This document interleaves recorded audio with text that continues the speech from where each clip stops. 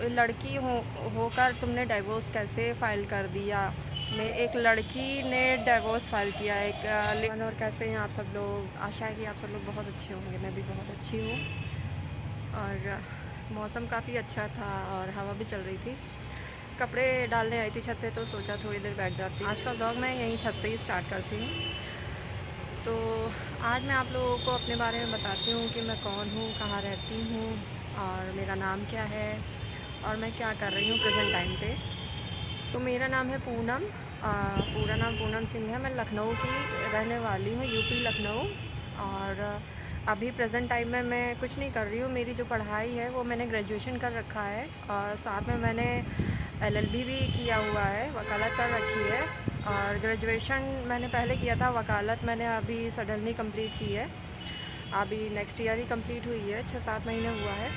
और अभी ऐसा कोई मतलब सोचा नहीं है कि मैं वकालत करने के बाद कोर्ट कचहरी जाऊंगी या प्रैक्टिस शुरू करूंगी, ऐसा कुछ नहीं है। क्योंकि अभी मेरी खुद की लाइफ थोड़ा सा प्रॉब्लम में चल रही है, मुझे कुछ समझ में नहीं आ रहा है।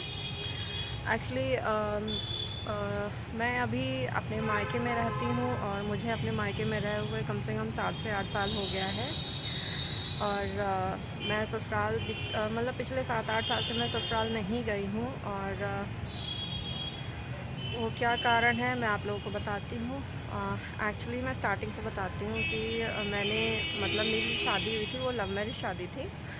और मतलब लव मैरिज शादी में तो मैं पूरी डिटेल नहीं बता पाऊँगी। हाँ, लव मैरिज शादी में थोड़ी बहुत प्रॉब्लम आती हैं, बट उसमें मेन प्रॉब्लम ये आ जाती है कि अगर आपका हस्बैंड आपके लिए स्टैंड नहीं लेता है ससुराल में, आपके ससुराल में आपका हस्बैंड आपके लिए स्टैंड नहीं लेता है, तो सबसे ज़्यादा प्रॉब्लम क्रिएट हो जाती है। तो वो चीज़ मेरे साथ भी हुई। अच्छा, जितना मैनेज करना चाहा मैंने मैनेज करने की कोशिश की, सब कुछ किया, बट बिना हस्बैंड के कुछ नहीं हो पाता है बिल्कुल। मतलब आप ससुराल में चाहे जितना भी कोशिश करो, अगर हस्बैंड आपका साथ नहीं दे रहा है तो कुछ भी नहीं हो सकता है। हाँ, अगर हस्बैंड आपके साथ है तो आप अपने ससुराल में कोई मतलब आपसे बात करे ना करे या कुछ भी आपके ख़िलाफ़ या कुछ करता है, अगर आपके साथ आपका हस्बैंड साथ दे रहा है तो आप एडजस्ट कर लोगे, क्योंकि पति के सहारे ही ससुराल में लड़की का जीवन कटता है। लेकिन मेरे साथ ऐसा नहीं हुआ और इसी कारण से छोटी मोटी चीज़ों को लेकर तो मैंने मैनेज कर लिया, बट थोड़ी चीज़ें जो थी वो ससुराल में बढ़ने लगी और बढ़ते बढ़ते इतना बढ़ गई कि मेरे मतलब मुझसे संभाल ही नहीं गई। और मैंने काफ़ी कोशिश की अपने हस्बैंड को समझाने की, बट उनकी नहीं समझ में आया। उस वक्त तक तो उनके ऊपर उनके घर वालों का भूत सवार था एकदम, कि मेरे घर वालों के अलावा कोई दुनिया, मतलब सारी दुनिया झूठी है, उनके घर वाले ही सही है। इवन उनकी वाइफ भी, मतलब मैंने बहुत रो रो के समझाया कि मतलब ऐसी ऐसी बात मेरे साथ क्या होता है, क्या लोग मुझे मतलब बातें बोली जाती हैं, क्या मतलब मुझे सुनाया जाता है, टोन मारे जाते हैं, सब कुछ था। लेकिन उनकी समझ में नहीं आया। तो मुझे यही लगा, मैंने मतलब फिर मुझे यही ठीक लगा, फिर मैं अगर यहाँ पे मेरा कोई है ही नहीं अपना, तो मैं यहाँ क्यों रहूँ, किसके सहारे रहूँ। एक पति है तो उसी के सहारे लड़की जीवन काटती है। जब पति ही नहीं सुनवाई कर रहा है तो मैं किसके सहारे रहूँ। तो फिर मैं अपने मायके चले आई। हाँ, प्रॉब्लम यहाँ पे आई कि ये मेरी जो शादी थी वो लव मैरिज शादी थी। तो यही चीज़ है, अरेंज मैरिज होती तो जो मायके के लोग हैं वो थोड़ा सा मतलब सपोर्टिव होते हैं, समझाने की कोशिश करते हैं, बार बार चीज़ों को सुधारने की कोशिश करते हैं। अच्छा, लव मैरिज शादी में ये है कि खैर मेरे माँ बाप, टचवुड, मेरे माँ बाप ने मतलब मेरे मामले में मेरा फुल सपोर्ट किया और आज भी कर रहे हैं। लेकिन एक चीज़ हो जाता है ना कि एक अंदर मन में डर बैठ जाता है कि अब अगर पहले भी मैंने कम से कम 1 से 2 बार मौके दिए। मैं पहले भी मतलब मायके आई थी, रही थी कम से कम 6 महीना साल भर रही। उसके बाद फिर मतलब मेरे घर वालों ने भेजा, लेकिन फिर वही रवैया रहा। फिर एक बार ऐसा हुआ, फिर वही रवैया रहा। तो अब मतलब अब ये है कि अगर मैं अब मौका देती हूँ और अब क्योंकि इतना लंबा पीरियड हो चुका है, इतना लंबा गैप हो चुका है कि अब अगर मौका दिया फिर से वही चीज़ें हुई तो फिर दिक्कत वाली बात हो जाएगी ना। तो फिर मैं ना घर की रहूँगी ना घाट की रहूँगी। तो प्रॉब्लम यहीं पे आ रही है। और रही बात मेरे ससुराल वालों की, तो मेरे हस्बैंड को उनकी गलती का एहसास अब हो रहा है। मतलब देखने से सुनने से तो लगता ही है, खैर मेरी बातचीत नहीं होती है, लेकिन हाँ इधर उधर से सुनने में आता है, हर चीज़ है। बट प्रॉब्लम ये है ना कि इतना लंबा गैप हो चुका है कि मतलब मैं क्या करूँ, मेरे खुद नहीं समझ में आता है कि मैं क्या करूँ। और बस इसी तरीके से मेरी ज़िंदगी चल रही है। खैर हवा चलने लगी तो थोड़ा सा मतलब अच्छा लग रहा था, गर्मी लगने लगी थी, अचानक धूप निकल आई थी तो इसलिए। हाँ, तो मैं अपने बारे में बता रही थी, तो मैं तब से मैं अपने मायके में ही रह रही हूँ और हंसी खुशी जीवन जी रही हूँ। और बाकी मेरी मैरिटल लाइफ है वो तो मैंने आप लोगों को बता ही दी। और मतलब मायके में रहने के बावजूद भी चीज़ें संभालने की मैंने कोशिश की, बट नहीं हो पाया। उनको तभी भी ऐसा लगा कि उनके घर वाले ही सही है, तो फिर मैंने डिवोर्स फाइल कर दिया। और डिवोर्स को भी 2-3 साल हो गया है फाइल किए हुए। और अब मेरे हस्बैंड मुझे डिवोर्स देना नहीं चाहते हैं और उनको उनकी गलती का एहसास हो चुका है बहुत कायदे से। वो होता भी है कि इंसान की आंखें जब वो एकदम बर्बाद हो जाता है, किसी लायक नहीं हो जाता है, तब लोग जिनके चक्कर में किसी का भरोसा तोड़ते हो, वही लोग आपका भरोसा तोड़ते हैं, तब उस इंसान की आंखें खुलती हैं। तो वही चीज़ मेरे हस्बैंड के साथ भी हुआ।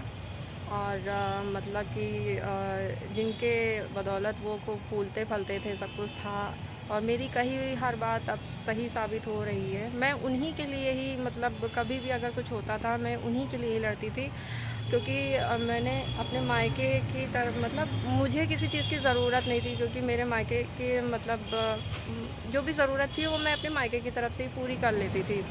और मैं एक नॉर्मल लाइफ जीना चाहती थी, जैसे होता नहीं है कि हाँ मेरा घर हो, मेरा ससुराल हो, हस्बैंड हो और अच्छी सी लाइफ हो। मैं भी नॉर्मल लड़कियों की तरह अपना मैरिटल लाइफ जीना चाहती थी, बट नहीं हो पाया। और अब देखते हैं, अभी तो केस चल रहा है कि क्या होता है मुझे खुद नहीं पता। वो डिवोर्स देना नहीं चाहते हैं और अब देखते हैं क्या है। फ़िलहाल मैंने जो अपना फ़ैसला है वो मेरे अकेले का फ़ैसला नहीं होगा, क्योंकि मेरे माँ बाप ने भी इन 7-8 सालों में बहुत कुछ सहन किया, बहुत मेरे स्ट्रगल में उन्होंने फुल सपोर्ट किया है। तो मेरे लिए मेरे माँ बाप का भी फ़ैसला बहुत ज़रूरी है। अब आगे क्या होता है मुझे कुछ नहीं पता, जो भी होगा मैं आप लोगों को अपने इस व्लॉग मतलब आगे के व्लॉग में बताती चली जाऊँगी। और ये है कि महीने में 1-2 पेशियाँ होती रहती हैं। और खैर मैं अपने एक्सपीरियंस के हिसाब से मैं ये बताना चाहूँगी कि कोई भी शादी ख़राब नहीं होती है, चाहे वो लव मैरिज हो चाहे अरेंज मैरिज हो, कोई भी शादी ख़राब नहीं होती है। बस ये है कि हाँ, आप शादी करिए, अगले इंसान को पूरी तरीके से जांच परख लीजिए। जांचने परखने पर भी नहीं पता चलता है, लेकिन हाँ एक चीज़ और करिए, हमेशा जब भी कोई फ़ैसला लीजिए उसमें ख़ास तौर पे लड़कियों के लिए, कि आपके माँ बाप का उसमें फुल सपोर्ट होना चाहिए।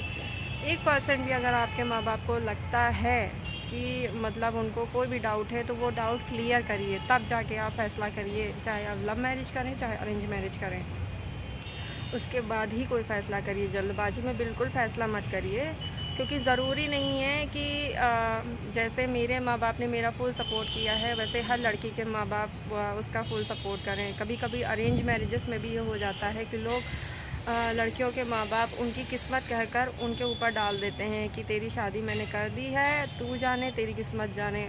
वो लोग अरेंज मैरिज में भी सपोर्ट नहीं करते हैं। लेकिन मैं लकी हूँ जो मुझे ऐसे माँ बाप मिले हैं जो मेरी इस कंडीशन में भी मेरा फुल सपोर्ट कर रहे हैं। मेरा मेंटली मतलब एकदम अगर मेरे माँ बाप ने मेरा सपोर्ट ना किया होता तो शायद आज मैं ज़िंदा भी ना होती। मैं इस टॉर्चर से गुजरी हूँ, मायके आने के बाद भी मैं कई टॉर्चर से गुजरी हूँ, क्योंकि हम मिडिल क्लास फैमिली की लड़कियाँ जिस बैकग्राउंड से और मैं जिस बैकग्राउंड से आती हूँ ना, वहाँ पे ये चीज़ है, ये पहला केस है कि एक लड़की ने डिवोर्स फाइल किया है। मतलब वैसे हमारे यहाँ ये तो लोग ये सुनते हैं कि आदमी ये सारे जो फ़ैसले हैं, डिवोर्स है, शादियाँ, ये सब चीज़ें आदमी लोगों का फ़ैसला होता है। तो यहाँ पे भी बहुत सी प्रॉब्लम मुझे और मेरे माँ बाप को फेस की गई कि मतलब जो लड़की होकर तुमने डिवोर्स कैसे फ़ाइल कर दिया। मेरे अपनों मतलब जो अपने होते हैं, जो रिश्तेदार होते हैं, जो नातेदार होते हैं, मतलब उन लोगों को डाइजेस्ट नहीं हो पाया कि एक लड़की होकर तुमने कैसे डाइवोर्स फाइल कर दिया। मतलब ये मेरी ज़िंदगी का फ़ैसला मैं खुद नहीं कर सकती हूँ कि हाँ मुझे किसी अपने पार्टनर के साथ रहना है कि नहीं रहना है। मतलब कि इसमें भी वही मतलब आ गया है कि तुम लड़की होकर तुमने डाइवोर्स कैसे फ़ाइल कर दिया। तो इसमें भी मेरे माँ बाप ने मेरा सपोर्ट किया, मेरे माँ बाप ने मेरे हर फ़ैसले में सपोर्ट किया और आज भी करते चले आ रहे हैं। तो मैं यही कहना चाहूँगी कि जब भी कोई भी फ़ैसला लें बहुत सोच समझ कर लें, भले थोड़ा टाइम लग जाए लेकिन सोच समझ कर लें। और ज़रूरी नहीं है कि आपके ससुराल वालों को भी उनकी गलतियों का एहसास हो, आपके हस्बैंड को भी उनकी गलतियों का एहसास हो, ये भी ज़रूरी नहीं है। तो दोस्तों, कैसी लगी मेरी ज़िंदगी की कहानी कमेंट करके ज़रूर बताइएगा। और मेरी जैसी और भी बहनें हैं जिनके ऊपर ये सब बीतती है, उनको भी सपोर्ट करिएगा और उसी तरीके से मुझे भी सपोर्ट करिएगा। आप लोगों के सपोर्ट की मुझे बहुत ज़रूरत है और मैं भी अब आगे बढ़ना चाहती हूँ। बाकी की बातें तो बाद में जो होती रहेंगी मैं आप लोगों के साथ शेयर करती रहूँगी। और आगे की ज़िंदगी में अपने लाइफ में क्या करती हूँ वो मैं व्लॉग के ज़रिए आप लोगों को बताती रहूँगी। और तो चलिए, आज का व्लॉग जो है मैं यहीं पर एंड करती हूँ। और अच्छा लगे तो मेरे चैनल को ज़रूर सब्सक्राइब करिएगा और मेरी वीडियो को लाइक और शेयर ज़रूर करिएगा, ताकि मैं इसी तरीके से अपने सुख दुख आप लोगों के साथ बांट सकूं। और मैं वीडियो ऊपर शूट कर रही थी, तो अब मैं चलती हूँ नीचे क्योंकि मम्मी आवाज़ दे रही थी और दोपहर का टाइम है लंच का। तो दोस्तों, अब मैं मिलूँगी अपने नेक्स्ट व्लॉग में। तब तक के लिए tata bye bye, take care, Radhe Radhe, Har Har Mahadev.